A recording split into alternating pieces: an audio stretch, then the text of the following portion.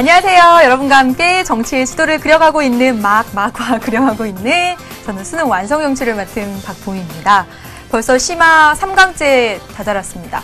학생들이 오프닝에 노래도 틀고 이렇게 좋아했는데 선생님이 이렇게 막 진도만 쭉쭉 빼느라고 이러는 거 이해해 주세요. 이제는 정말 수능이 코앞에 와가지고요.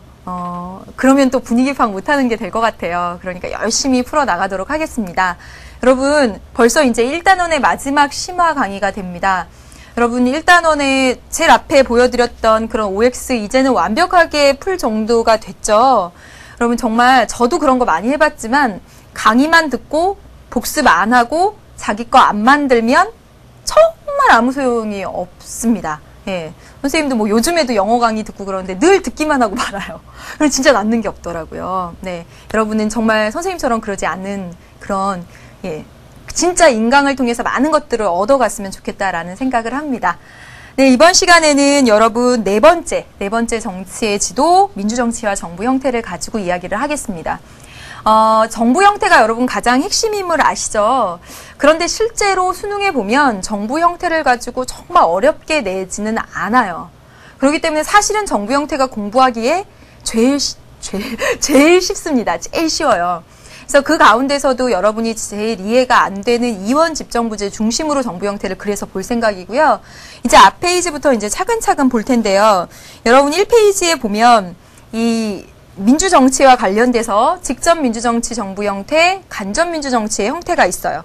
그래서 직접민주정치 하는 것이나 간접민주정치 하는 것이나 간에 둘 다 국민자치의 원리를 실현하는 방식이라는 건 기본이죠, 여러분. 그런데 직접이 더 잘 국민자치를 실현할 수 있어요. 근데 현실적으로 직접 할 수 없기 때문에 간접을 하잖아요. 근데 이 간접에 문제점이 발생을 하죠.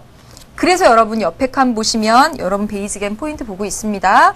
옆에 보시면 혼합이 등장한 것이고 그래서 전자민주주의 지방자치가 그에 대한 대안으로 나온 것입니다. 이 가운데서 시험에 정말 잘 나는 것들은 사실 혼합민주정치, 전자민주정치 그리고 지방자치까지 모두 다 중요합니다. 모두 다. 지방자치는 앞에서도 나왔었고 간접민주정치 앞단원에서도 나왔었습니다. 계속 나오고요. 혼합민주정치, 국민투표, 국민발언, 국민소환하는 내용들 중요하니까 그 내용들 중심으로 살펴볼게요. 여러분 일단 1페이지 지금 베이직앤 포인트 아래 그 빈칸에 넣어야 될 말이 뭔지 모르진 않으시죠? 그죠? 왼쪽이 뭡니까? 간접이고요. 오른쪽이 직접이죠. 간접에는 대표를 통해 대의기구를 통해서 정책 결정하고 있죠. 네. 그 다음에 여러분 이제 넘겨보도록 하겠습니다. 문제는 직접하고 간접에 관한 문제는요. 이렇게 두 가지를 비교하는 형식이 많이 나와요. 그래서 이렇게 딱 다 보시고요. 뒤에 넘겨서 3페이지로 가겠습니다. 여러분 3페이지에 보시면 제일 왼쪽에 볼게요. 왼쪽에 여러분 2008년 9월 평가후 문제를 통해서 우리 간접민주정치에 대해서 이제 정리를 좀 하도록 하겠습니다. 자, 볼게요. 2008년 9월 2번 문제입니다. 여러분 3페이지 가장 하단에 있어요. 니은의 방안과 이것이 갖는 긍정적 효과다라고 했습니다. 볼게요. 민주주의는 도시국가와 같은 작은 곳에서 소수의 자유시민이 자치를 통해 구현되었다라고 했습니다. 다시 말하면 이 민주주의라고 하는 것은 아테네와 같은 도시국가에서는 소수의 자유시민이 스스로 하면서 즉 직접 민주정치 했었다라는 이야기가 되죠. 그렇죠? 그런데 영토가 확대되고요. 그리고 인구가 증가함에 따라서 그리고 사회가 복잡해짐에 따라서 정치는 선거를 통해 선출된 대표자들에 의해 운영되었다. 여러분 이게 뭐죠? 여기가 바로 간접 대의제를 이야기하고 있는 거죠. 그렇죠?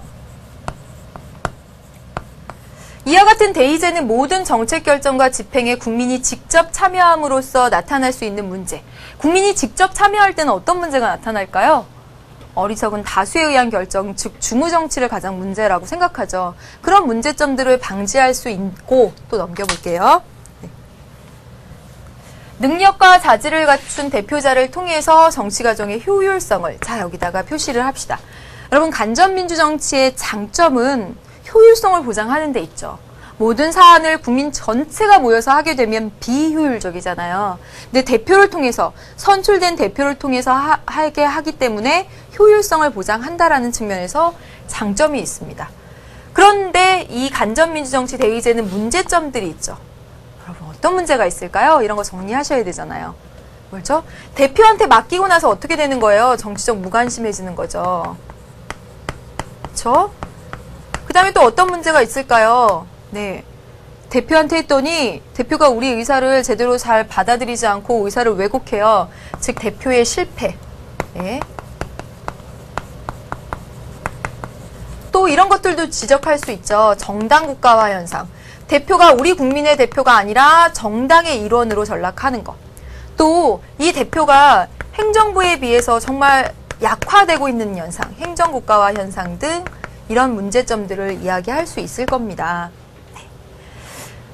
그러므로 필요한 사안에 있어서, 즉 이와 같은 대의제의 문제점이 발생하기 때문에 직접 국민들의 의사를 반영하는 방안, 즉 간접민주 정치를 하고 있대 거기다가 직접 민주정치적 요소를 넣는 것, 그게 필요하겠다라는 이야기가 됩니다. 그래서 여러분, 국민의 의사를 직접 반영하는 방안, 즉 직접 민주정치적 요소를 집어넣는 호남민주정치, 즉 국민투표, 국민 소환, 국민 발안, 이런 것들을 이야기할 수가 있겠죠. 그쵸? 그러면 이 국민의 의사를 직접 반영하는 방안과 그것들에 무엇이 있고, 뭐 이런 것들이겠죠. 그리고 이것이 갖는 긍정적인 효과다라고 얘기를 했어요. 해보겠습니다. 여러분, 이 한 문제 통해서 직접 민주정치의 정의와 그리고 간접민주정치 할 수밖에 없었던 그 배경, 그리고 간접민주정치의 좋은 점, 효율성, 그러나 문제점, 그래서 호남민주정치까지 모두가 이 한 문제 통해서 정의가 됩니다. 맞죠? 네. 이 문제 풀면 다른 것들 다 풀 수 있을 거라고 생각해요. 자, 볼게요. 국가의 중대사 결정에 국민이 직접 참여. 이게 바로 뭡니까? 국민이 국가의 중요 정책 결정에 참여해요. 이번에 보셨잖아요. 서울시에서. 서울시의 중요한 정책 결정에 주민이 참여해요. 주민투표였죠? 국민이 참여하니까 이거 국민투표입니다. 방안 맞네요. 그쵸? 맞습니다. 이 국민투표가 가져올 효과 볼까요? 국민의 정치적 관심과 내가 정책을 결정하니까 나의 책임성이 이만큼 크구나. 책임의식 정도가 높아진다. 맞습니다. 기억 맞네요. 다음 볼게요. 국민에 의한 법률안 제안. 여러분 이게 뭐예요? 지금 국민투표 봤잖아요. 예, 이게 기억에 나왔죠? 이게 바로 국민 발안이네요. 국민이 법률안을 제안한 국민 발안입니다. 국민이 법률안을 제안하게 되면, 자 보세요. 의회 민주주의의 효율성이 증가한다. 자 보세요. 지금 여기 나왔잖아요. 간접 민주정치가 효율성이고 대의제가 효율성이고 직접 민주정치적 요소 가지고 오게 되면 효율성을 보장하기가 어렵죠. 국민들이 다 제출하면 지금도 제출 건수가 많아서 1년 동안 처리를 못하는데, 그쵸? 그거 아닙니다. 네, 그래서 방안은 맞았지만 효과는 틀렸어요. 효과는 틀렸고요. 디귿 보겠습니다. 선출직 대표자를 임기 중에 박탈. 임기 중에 선출직 공무자. 이게 뭡니까 여러분? 소환이죠. 국민 소환. 방안으로서 적절합니다. 그러면 이게 가져올 효과 보세요. 선출직 대표자의 책임성이 강화되겠다. 내가 이렇게 잘못하다가는 국민들에 의해서 파면될 수도 있으니까 책임감을 갖고 해야지. 맞습니다, 여러분. 디귿 맞아요. 그 다음에 직접 민주정치적 요소예요. 공무원의 위법한 행위에 대해서 시정이나 징계를 요구할 수 있겠죠. 그쵸? 그럼 보세요. 이렇게 하게 되면 공무원의 자율성이 강화될까요? 공무원이 보다 더 책임감을 느끼게 되겠고 국민의 눈치를 보겠죠. 틀렸습니다. 효과가 틀렸어요. 미음. 지방선거에서 의무투표를 하는 것이 직접 민주정치적 요소일까요? 아니죠. 그쵸? 이 문제에서 엄밀히 직접 민주정치적 요소는 기억, 니은, 디귿이고요. 여기서는 직접 민주정치적 요소라고 하지 않고 국민의 의사를 반영하는 방안이라고 했으니까 리을도 맞다라고 할 수 있지만 리을에서는 아까 효과가 틀렸고요. 미음에서는 방안 자체가 틀렸습니다. 그러니까 효과는 볼 것도 없죠. 그렇죠? 네. 정답은 기억, 디귿 이렇게 고르시면 되겠습니다. 이 한 문제로 여러분 다 정리를 해봤습니다. 이제 여러분 보시면 이제 호남민주정치를 더 가보도록 할게요. 더 가면서 실제로 국민투표, 국민발안, 국민소환이라는 직접 민주정치적 요소가 있지만 여러분 서울시에서 한 주민투표도 보셨다시피 이 주민투표 하나만으로도 정말 전국이 들썩들썩 하는데 이 국민투표는 정말 쉽사리 하지를 못해요. 그래서 1987년에 국민투표로 하고 지금 몇십 년 동안 없습니다. 그래서 국민투표나 국민발안이나 국민소환이 사실 현실 정치 속에서 잘 안 나타나니까 시험 문제도 국민투표, 국민발언, 국민소환보다는 주민투표, 주민발언, 주민소환 하는 그 지역적 차원의 직접 민주정치적 요소들이 더 시험 문제에 잘 나와요. 그래서 여러분 보시면 4페이지입니다. 4페이지 가보시면요. 닮은 꼴 문제 2009년 수능 문제를 한번 보도록 하겠습니다. 자, 6번 문제예요. 4페이지입니다. 다음 사례에서 나타나는 문제점을 극복하기 위한 정치발전 방안이다 라고 했고요. 직접 선거에 의해서 선출된 시장은 취임 후에 독단적인 정책을 시행해서 비난을 받아왔어요. 독단적인 정책. 그래서 시장의 시정 운영에 대해 시민과 시민사회단체들은 정책 제의 및 정책 결정 과정에 시민들이 참여할 것이고 정책 집행의 투명성 보장과 해당 업무에 대한 조사를 했으면 좋겠고 시장의 사퇴를 요구하기도 했대요. 그러나 시장이 거부했대요. 지금 보시면 시장이 독단적인 정책을 추진해서 시민사회단체나 시민들이 이와 같은 것들을 요구할 수 있죠. 이런 문제점 극복하기 위한 방안이에요. 여러분 기업 보겠습니다. 주민소환제 도입 이야기할 수 있겠죠. 그렇죠? 지금 보세요. 시장의 사퇴를 요구한다. 즉 주민소환제 통해서 시장을 소환해서 투표를 붙여서 해임시킬 수도 있죠. 맞습니다. 우리나라에서도 몇 번 투표가 시행됐고요. 주민 소환에 따른 투표가 시행이 됐었고요. 맞아요. 그 다음에 니은 보세요. 시장의 직무에 대해서 해당 업무에 대해서 정말 투명한지 어떤지에 대해서 조사했으면 좋겠다라고 했잖아요. 어때요? 감사 청구 제도를 마련해서 감시하고 조사하는 시장의 직무에 대해서 감시하고 조사하는 거죠. 맞네요. 디귿 주요 정책에 대해서 시민들이 발언할 수 있는 제도 뭐죠? 참여. 맞네요. 그래서 여러분 차례차례 보시면 아까 기억은 시장의 사퇴를 요구할 수 있었던 거, 니은은 정말 이 집행에 대해서 투명한지 그것을 알아볼 수 있었던 방법, 디귿은 시민들이 발언해서 참여할 수 있었던 방법. 그래서 이게 해결할 수 있는 방법들이네요. 그럼 리을만 아니다라는 얘기가 될까요? 한번 볼게요. 공직 선출자에 대한 정통성을 확보하기 위해 의무 투표제한다. 그러면 지금 이 사람들이 요구했던 이 시민들이 요구했던 것들이 해결이 됩니까? 아니죠. 기억, 니은, 디귿이 정답이 됩니다. 여러분 여기 통해서 주민소환제에 대해서 여러분 볼 수가 있는데 선생님이 지금 4페이지 하단에 주민소환제의 장단점을 써두었습니다. 주민소환제 했을 경우에 긍정적인 측면과 주민소환제 때문에 나타나는 부정적인 측면 가운데서 여러분 주민소환, 주민투표와 같은 그런 제도들의 부정적인 측면에서 여러분 이거 하나 기억을 해두세요. 뭐냐면 지역 이기주의 초래할 수 있다라는 겁니다. 지역 이기주의를 초래할 수 있다라는 거 하나 정리를 해두시고 그거 기억해 두신 상태에서 5페이지의 문제들 풀어 나가시면 도움이 될 것 같습니다. 여러분 5페이지의 문제 가운데서 어려웠던 문제가 바로 5페이지 가장 오른쪽 하단에 있는 2010년 10월 교육청 문제입니다. 이 문제를 조금 어려워하는 학생들이 있었거든요. 자, 보겠습니다. 지금 이것들은 다 지금 주민소환 제도도 받고 또 이제 이런 제도들이 나오는데 이런 제도들은 모두 주민이 그 지역의 정치에 참여하는 그런 제도들이에요. 자, 보세요, 여러분. 네, 보겠습니다. 가제도 지방자치단체장이라고 하면 서울시에선 서울시장이 되는 거고요. 경기도에선 경기도지사가 되는 거고 구리시에선 구리시장이 되는 거고, 지방자치단체장에게 그 조례의 제정, 개정, 폐지를 청구하는 것. 이게 뭐냐면 조례 개폐 청구 제도입니다. 개정이나 혹은 폐지되도록 청구하는 제도입니다. 누가? 주민이. 여러분 이 제도명을 모르셔도 돼요. 여기 다 써 있잖아요.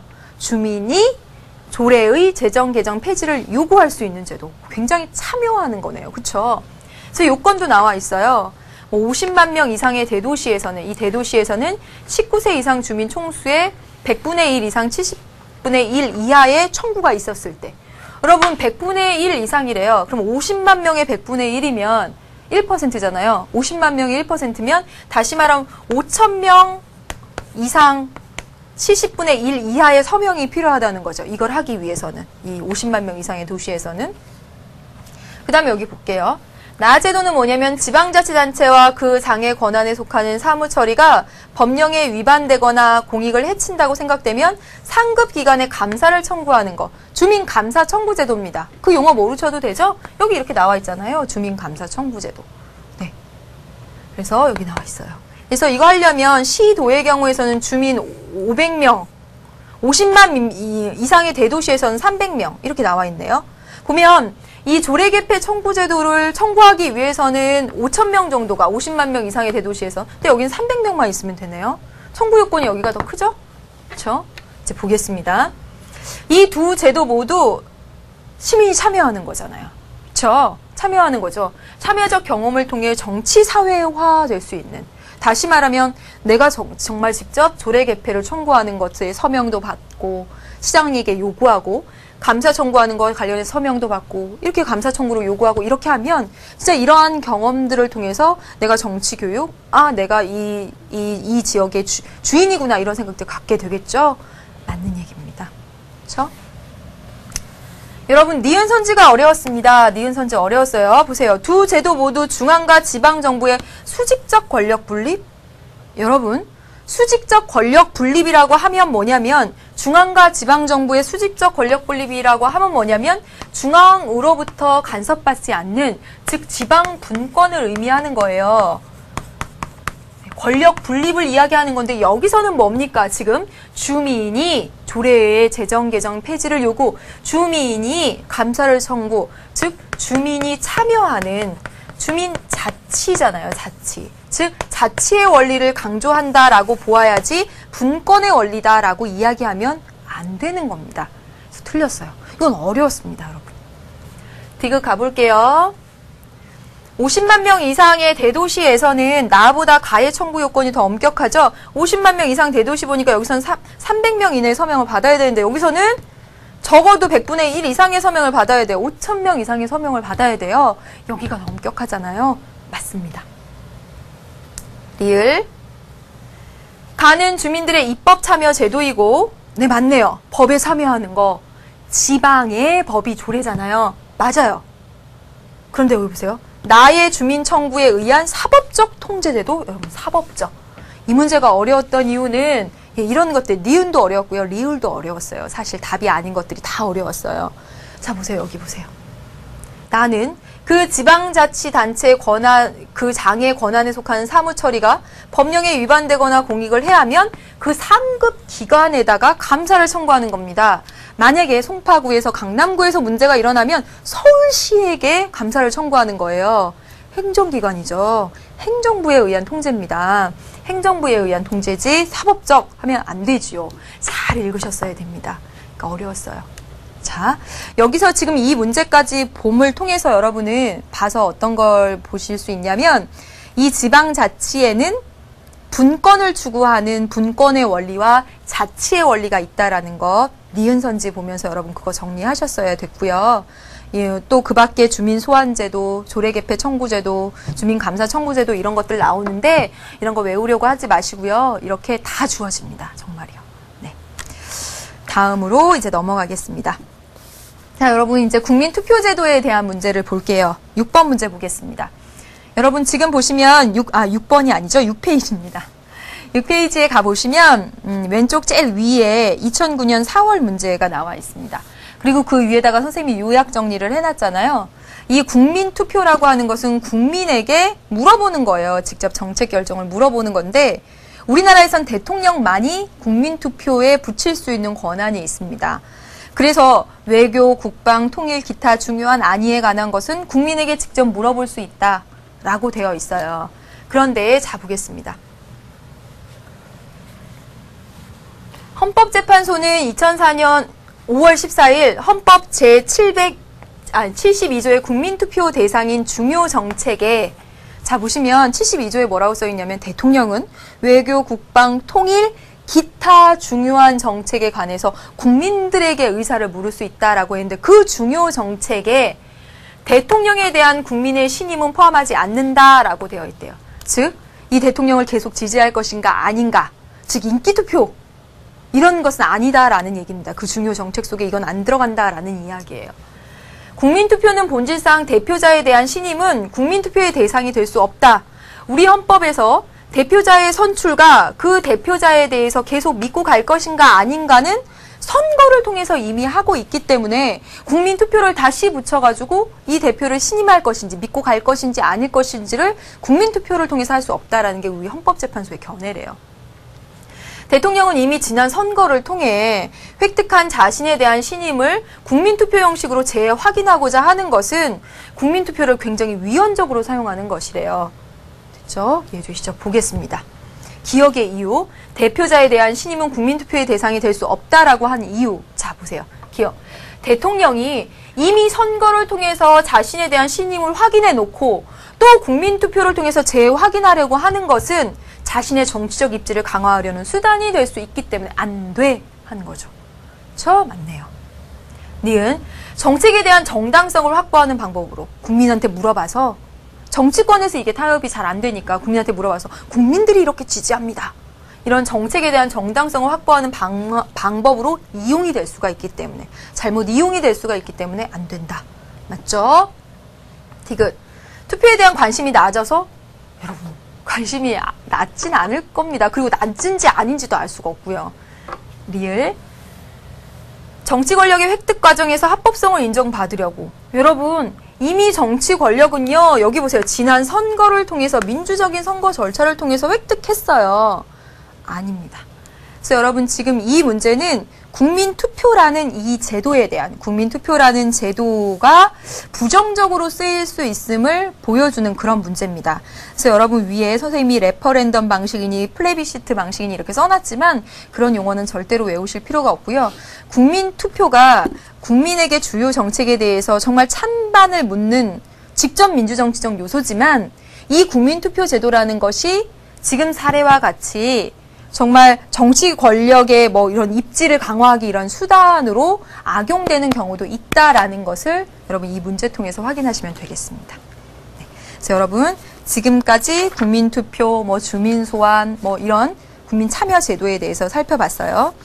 그 다음에 보시면 여러분 이제 전자민주주의가 나옵니다. 여러분 전자민주주의는 어렵지 않게 풀 수 있을 거라고 생각을 하는데 그럼 7페이지로 가볼게요. 7페이지 보시면 왼쪽 라인의 가운데 문제 2009년 6월 평가원 문제 그럼 8번 문제입니다. 8번 문제를 보고 어떤 학생이 이런 질문을 했더라고요. 뭐냐면 지금 이게 전자민주주의잖아요. 정보통신기술의 발달에서 이제 전자민주주의예요. 근데 전자민주주의 하게 되면 시민의 참여가 되게 쉬워지죠. 그렇죠? 뭐 인터넷 통해서 여러분 뭐 참여 일반적으로 뭐 시간과 공간을 떠나서 막 참여할 수 있게 되잖아요. 참여가 활성화되는 것이 가장 큰 특징인데 그럼 디귿선지입니다. 디귿. 정보 매체의 다양화로 합리적 의사결정이 촉진된다. 이게 틀린 것 같다라는 거예요. 그 학생 말은. 왜냐하면 사람들이 인터넷을 통해서 많이 참여하게 되면 오히려 어리석은 다수에 의한 결정, 중우정치 그런 것을 초래할 수 있다고 배웠는데 디귿 왜 맞느냐 이렇게 물어보더라고요. 여러분 이 문제를 자세히 쫙 보시면요. A에서 B로 변화한 사회에서 나타나는 입니다. 즉 B와 같은 사회에서 나타나는 입니다. 그럼 B와 같은 사회를 딱 보시면 어떤 사회냐면 정보통신기술도 발달했고 직접 민주정치적 요소도 강화되면서 대의제의 역기능은 많이 줄어든 정말 이상적인 그런 사회에서 나타날 수 있는 거예요. 그런 사회에서 여러분 중우정치의 가능성이 커진다? 이런 걸 고르면 안 되잖아요. 그렇죠? 그 문제를 잘 보시길 바라겠습니다. 저 전자민주주의 문제 어렵지 않게 다 풀 수 있을 거라고 생각이 들고요. 그다음에 8페이지로 넘어올게요. 8페이지로 넘어오면 이제 정부 형태입니다. 그렇죠? 정부 형태에 관한 문제들 아까도 이제 초반기에도 말씀드렸지만 정부 형태 문제가 어렵지 않게 나오는 것이 일반적이다. 장단점 정도를 잘 아시면 되고요. 어려우면 어떤 형식이 되냐면 여러분 9페이지로 가보시면 9페이지의 기출을 확인하기 왼쪽 제일 아래 보세요. 아래 보시면 정부 형태와 정당별 의석수 다시 말하면 정부 형태와 정당 제도를 같이 이렇게 섞어서 나온 문제가 어렵죠. 조금. 네. 그래서 여러분 선생님이 이제 정당하는 그 파트에서 정부 형태와 정당 이런 것들이 섞여서 나오는 그런 문제들을 이렇게 다 한꺼번에 실어놓기도 했는데 정부 형태 자체는 어렵지 않아요. 정부 형태 각각 대통령제, 의원내각제, 의의라든가 그 다음에 장단점을 확실하게 기억을 하시면 정부 형태 문제들은 어렵지 않게 풀 수 있을 거라고 생각이 들어요. 9페이지에 오른쪽 제일 아래에 있는 2010년 10월 5번 문제를 한번 보도록 하겠습니다. 자, 이거 볼게요. 이 문제가 너무너무 좋다, 어렵다라기보다는 이 지문을 좀 잘 보시라라는 의미에서 했습니다. 그리고 여러분들이 잘 못 고를 확률도 있었고요. 자, 보세요. 이 정부 형태가 갖는 위험성 중에 하나는 의회와 행정부 사이의 갈등이다.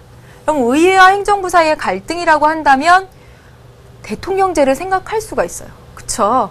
의원 내각제는 의회에서 행정부를 구성하니까. 더 가볼게요. 근본적으로, 여기입니다. 근본적으로 행정부 수반과 의회라는 이 두 기관이 모두 각각의 선거를 통해 국민으로부터 권력을 위임받았다는 데서 이 문제가 비롯된대요. 다시 말하면 이 정부 형태는 대통령제가 맞습니다. 대통령제는 행정부 수반도 국민이 뽑아주고 의회도 국민이 뽑아줘서 두 권력기관 모두 이렇게 얘기해요. 우리 국민이 뽑아줬어. 나한테 뭐라 그러지 마. 국민이 뽑아줬는데. 이러면 서로 국민이 뽑아줬다는 그걸로 가지고 이렇게 갈등하는. 네. 그리고 대통령제입니다. 특히 이러한 갈등은 여기도 중요합니다, 여러분. 행정부 수반과 소속 정당이 의회에서 소수파가 되는 상황. 즉 행정부 수반의 소속 정당, 행정부 수반의 소속 정당을 우리는 뭐라고 해요? 여당이라고 합니다. 이 여당이 의회에서 소수파가 되는 상황, 여소야대. 여러분, 이 여소야대는 어디서만 가능하다? 대통령제에서만 가능하다라고 했습니다. 왜요? 국민들이 의회 따로 대통령 따로 뽑기 때문에 대통령은 뽑혔는데 대통령이 소속된 정당은 작은 정당이 될 수도 있어요. 그래서 여소야대 상황은 대통령제에서만 나타난다라고 말씀을 드렸습니다. 그래서 이거 읽어보시고 어려운 말인데 보통은 일반적으로 정부 형태 문제는 그림으로 많이 나와요. 여러분 보시면 표 그림으로. 다음 페이지 다 넘겨보세요. 그런데 이렇게 서술 형태로 나왔을 때 딱 대통령제 찾으시고 그다음에 이 문제가 또 어려웠을 수도 있어요. 자, 볼게요. 1번. 이 글에 부합하는 진술이에요. 의원 내각제보다 대통령제가 정치 안정에 더 유리하다. 이걸 고르면 좋을까요? 예? 일반적으로 그리고 대통령제가 정치 안정적이긴 하지만 여기는 갈등을 이야기하고 그러는데 아니죠. 2번 보겠습니다. 이원적인 권력 구조는 정치 불안을 초래할 가능성이 있다. 여러분 정답은 2번입니다. 근데 2번을 고르기에 어려웠을 거라고 생각이 들어요. 왜냐면 우리가 단편적으로 공부하기 때문에 그렇거든요. 뭐냐면 일반적으로 의원 내각제가 대통령제보다 전국 불안정의 요소가 더 크다라고 그냥 단순 암기를 해버리고 또 게다가 여기가 이원적인이라고 말이 나와서 이원적인? 이원집정부제? 이렇게 해서 딱 지워갈 가능성이 되게 크거든요. 근데 2번이 정답입니다. 여러분 잘 보시면 분명히 의회와 행정부 사이에 갈등이 있는데 이 갈등의 이유는 행정부도 또 의회도 국민으로부터 우리 다 권력을 받았어. 즉 권력을 받은 게 국민으로부터 권력을 받은 게 의회도 행정부도 두 권력기관이. 따라서 이걸 이원적인 권력구조라고 이야기를 할 수가 있고요. 이런 차원에서. 이것은 바로 심각한 의회와 행정부 간의 대립, 즉 정치 불안을 이야기할 수 있다는 거죠. 그래서 여기서 이 내용과 부합하는 진술로 찾으시려면 2번이 정확하게 맞습니다. 네. 3번 확인할까요? 정부 형태의 선택 기준은 안정성보다 효율성이다. 뭐 이런 건 말도 안 되고 4번도요. 입법과 행정부 간의 견제와 균형의 원리, 대통령제에서 뭐 일반적으로 견제와 균형의 원리 잘 되어 있죠. 그다음에 왕은 군림하되 통치하지 않는다라는 정부 형태. 왕은 군림하되 통치하지 않는다라는 거 여러분 의원 내각제에서 왕이 의례적인 국가 원수로서의 그런 거 얘기하고 있으니까 여기는 의원 내각제 얘기가 돼요. 그래서 여러분 지금 2번이 이원적인 권력 구조라든가 불안 이런 말을 통해서 그냥 우리가 단순히 암기했던 것을 고르시면 안 된다라는 이야기입니다. 여기 나온 것들 중에서 문제 맞추고 안 맞추고 떠나서 행정부와 의회가 각각의 권력 위임을 받았다. 그리고 여소야대 상황, 대통령제 이렇게 기억을 좀 해주세요. 다른 문제들 여러분 보시면 뭐 대통령제 문제 따로 선생님이 정리를 했고요. 그 뒷페이지에 보면 의원 내각제 문제 또 따로 정리를 했습니다. 네, 여러분 선생님이 위에 의원 내각제니까 이거 의원 내각제 문제겠거니 하고 풀지 마시고 문제 통해서 의원 내각제 묻는 건지 대통령제 묻는 건지도 찾아낼 수 있어야 되겠죠. 그렇죠? 다음 이제 딱 넘겨볼게요. 이원 집정부제입니다. 이원 집정부제를 딱 보니까 계속 이렇게 지난 것을 보니까 평가원에서 2번 정도 출제가 됐고 그리고 4월 교육청에서 한번 출제가 됐습니다. 여러분 이 문제 3문제를 다 볼게요. 여러분 이원 집정부제를 굉장히 헷갈려 하는데 분명히 우리나라는 이원 집정부제 아닙니다. 이원 집정부제 문제 볼게요. 자, 여기 보세요. 다음과 같은 제도를 가진 정부 형태, 지금부터는 이원 집정부제예요. 자, 보세요. 의회의 신임에 구속되는 총리입니다.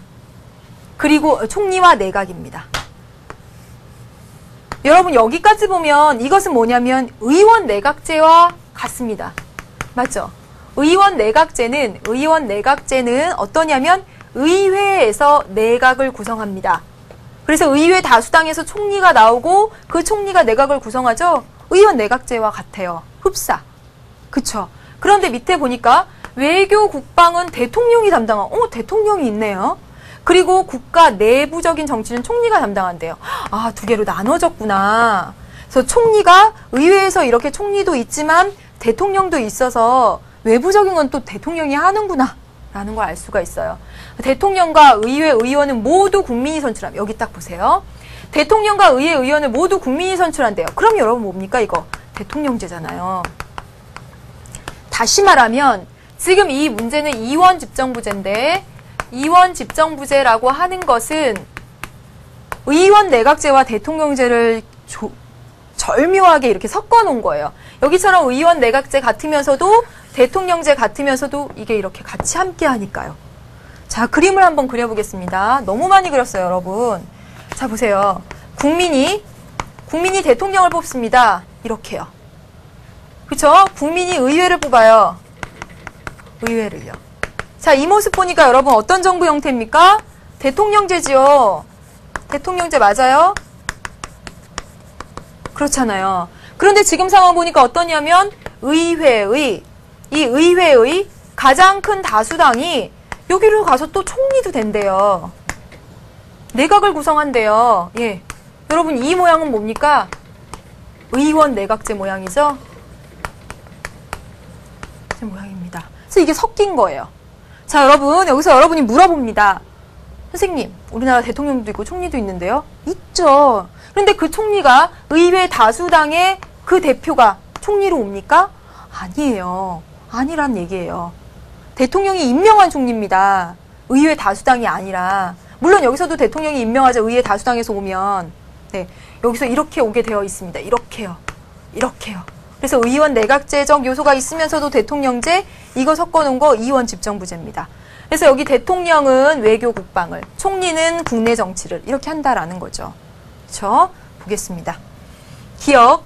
입헌 군주제 국가를 전제로 해서 운영된다. 일반적으로 입헌 군주제, 군주가 존재하면서 그게 운영되는 정부 형태는 의원 내각제죠. 그렇죠? 어디? 영국, 일본과 같이. 그렇죠? 왕들이 있고요.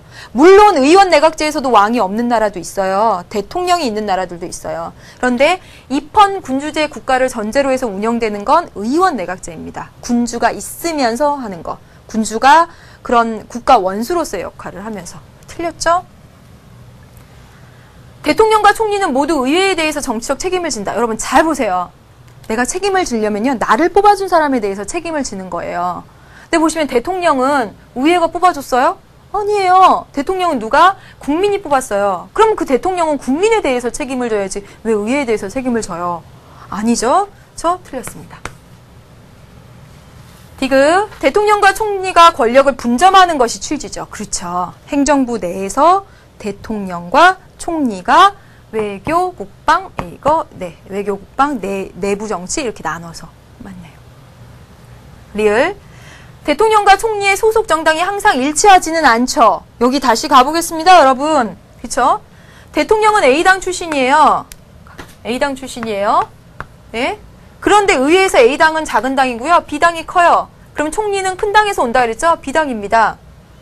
그러면 행정부 내에서 대통령과 총리의 정당이 일치하지 않을 수 있죠. 우리 이거 뭐라고 부른다고 했더라? 여러분 기억하십니까? 동거정부죠?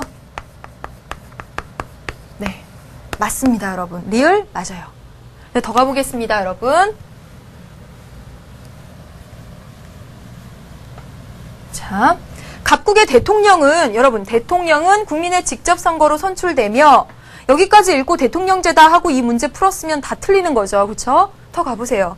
평상시에는 외교, 국방에 관한 실질적인 권한을 행사하고 있고, 내란 및 전쟁 등의 비상시에는 국가 긴급권에 의거해서 행정 정권을 받는데요. 자, 보세요.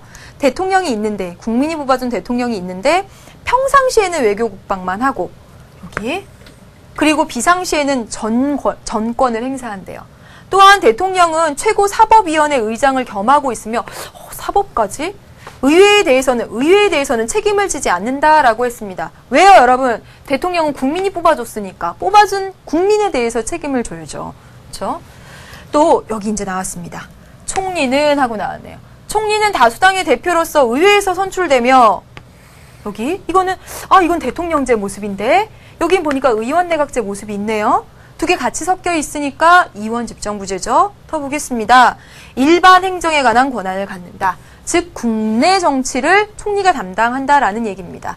다시 보시면 아까랑 똑같아요. 이 지문은.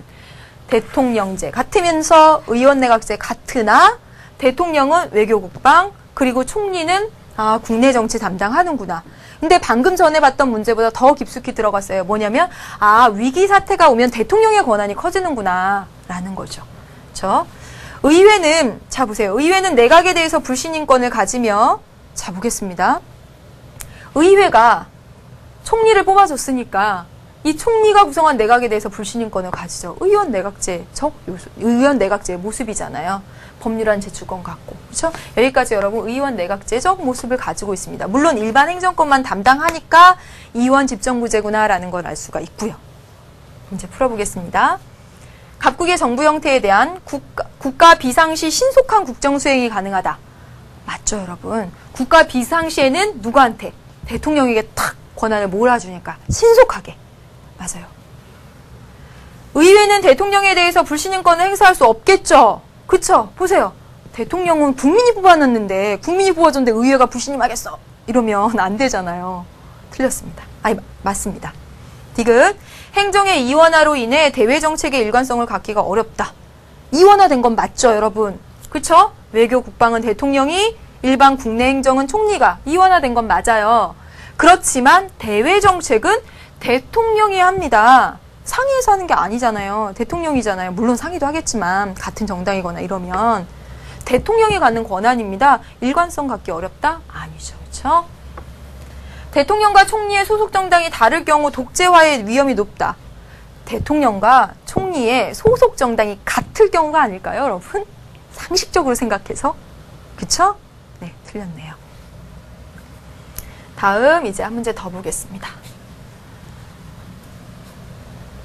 A국은 전국 안정을 위해서 대통령의 권한을 대폭 강화하면서도 여러분 보세요. 대통령의 권한이 강화되면서도 의회주의 전통을 유지하는 절충형이래요. 벌써 나왔습니다. 이원 집정부제. 예. 대통령은 외교, 국방, 내치에 걸치는 방대한 권한을 가지는 한편 대통령은 외교, 국방, 그리고 국내 정치까지 의회 불신임으로부터 면제되는 초월적 지위에 있대요. 의회 불신임으로부터 면제돼야 되겠죠. 왜냐하면 대통령은 국민이 뽑아주니까 국민이 뽑아줬는데 의회가 불신임해버린다는 건 말도 안 되죠. 대통령은 주로 정치적 권한을 보유하는 반면 행정 권한은 총리가 한다. 이렇게 나눴네요. 그렇죠? 네. 잠깐만 앞으로 다시 넘겨주시겠어요? 예.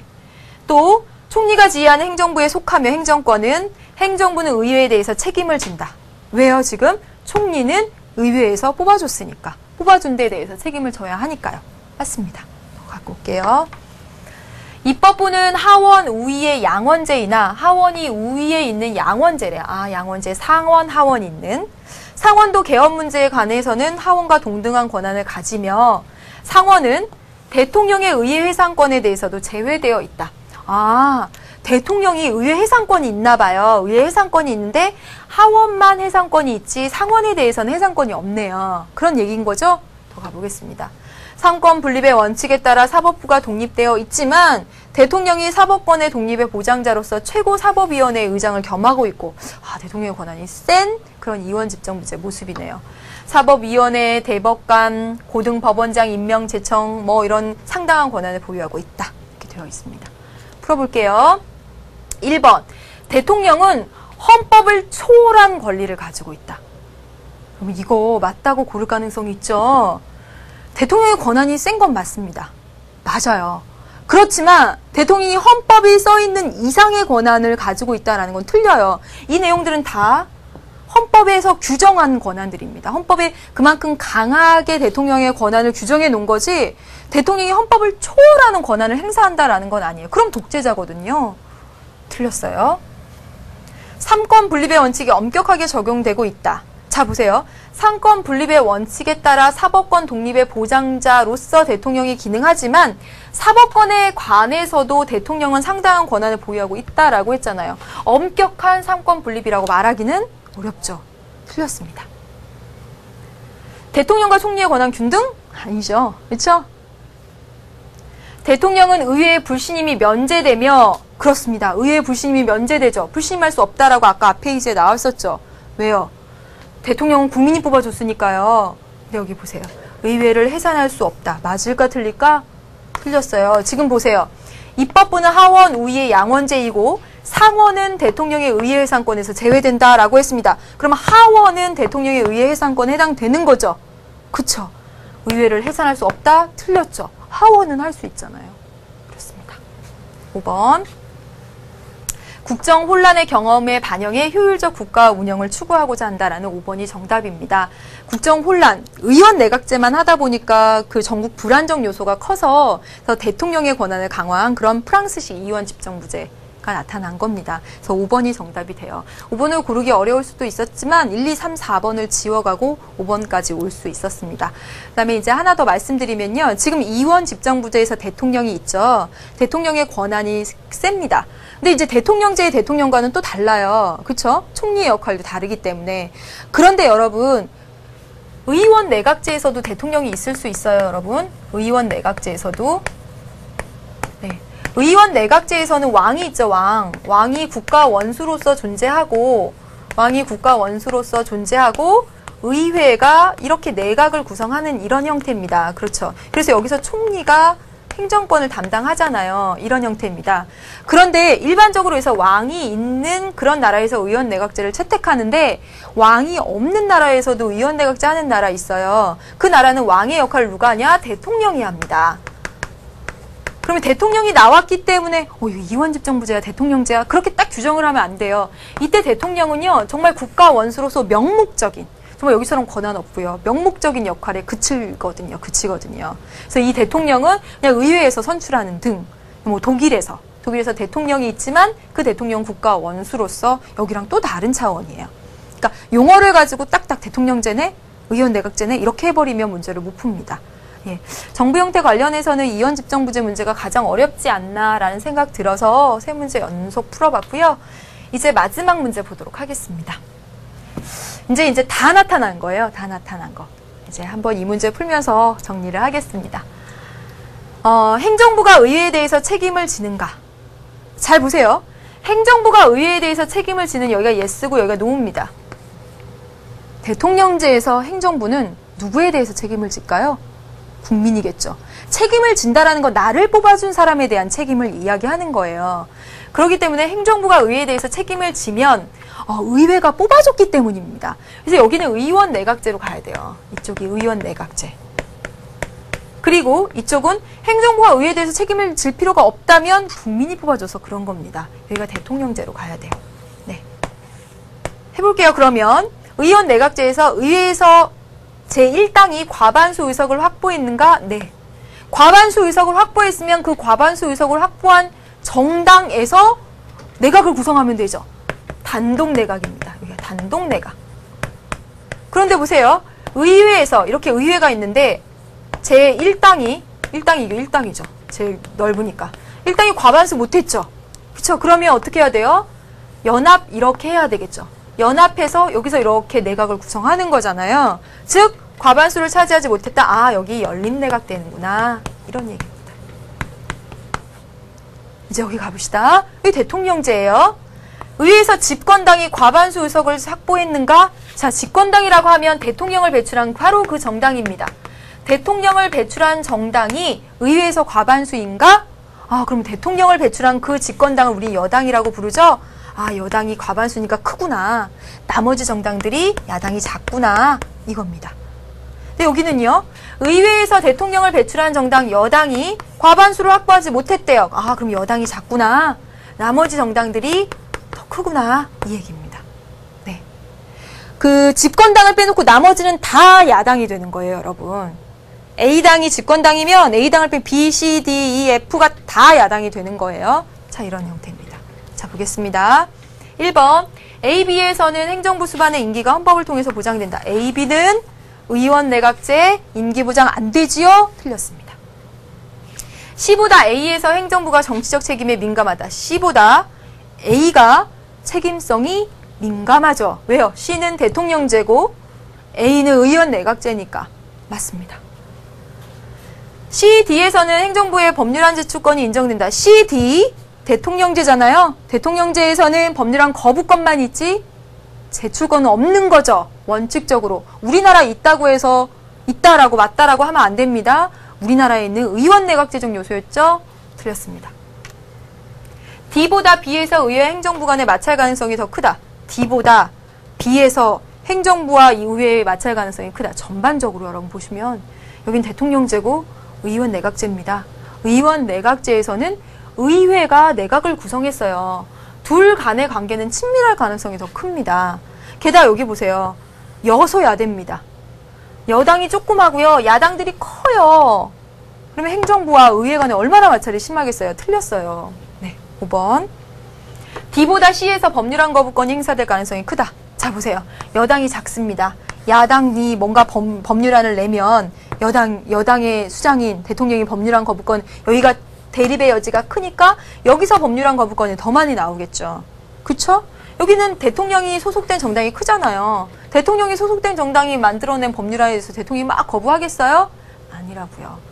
그래서 법률안 거부권 행사 가능성이 큰 건 여기 여소야대에서 대립의 여지도 크고 법률안 거부권이 나올 가능성도 크다라는 것입니다. 그래서 여러분 5번도 틀렸습니다. 그래서 정답은 2번 이렇게 되겠습니다. 자, 여러분 여기까지 해서 우리 네 번째 주제 그리고 세 번째 시간 네 번째 주제까지 이렇게 풀어봤습니다. 뭐 중요한 주제들을 따지면 너무너무 많지만 여러분 가장 기본적인 것들 공부한 상태에서 얼마든지 고를 수 있는 문제들 빼고 혼자 해결하기 어려운 문제들 중심으로 선생님이 하고 있습니다. 여러분에게 정말 많은 도움이 되었길 바라며 지금 선생님 교재를 보니까 벌써 이만큼 봤네요. 보이나요? 네. 이제 다음 시간에는 2단원으로 넘어가도록 하겠습니다. 여러분 다음 시간에 만나도록 할게요. 여러분 안녕.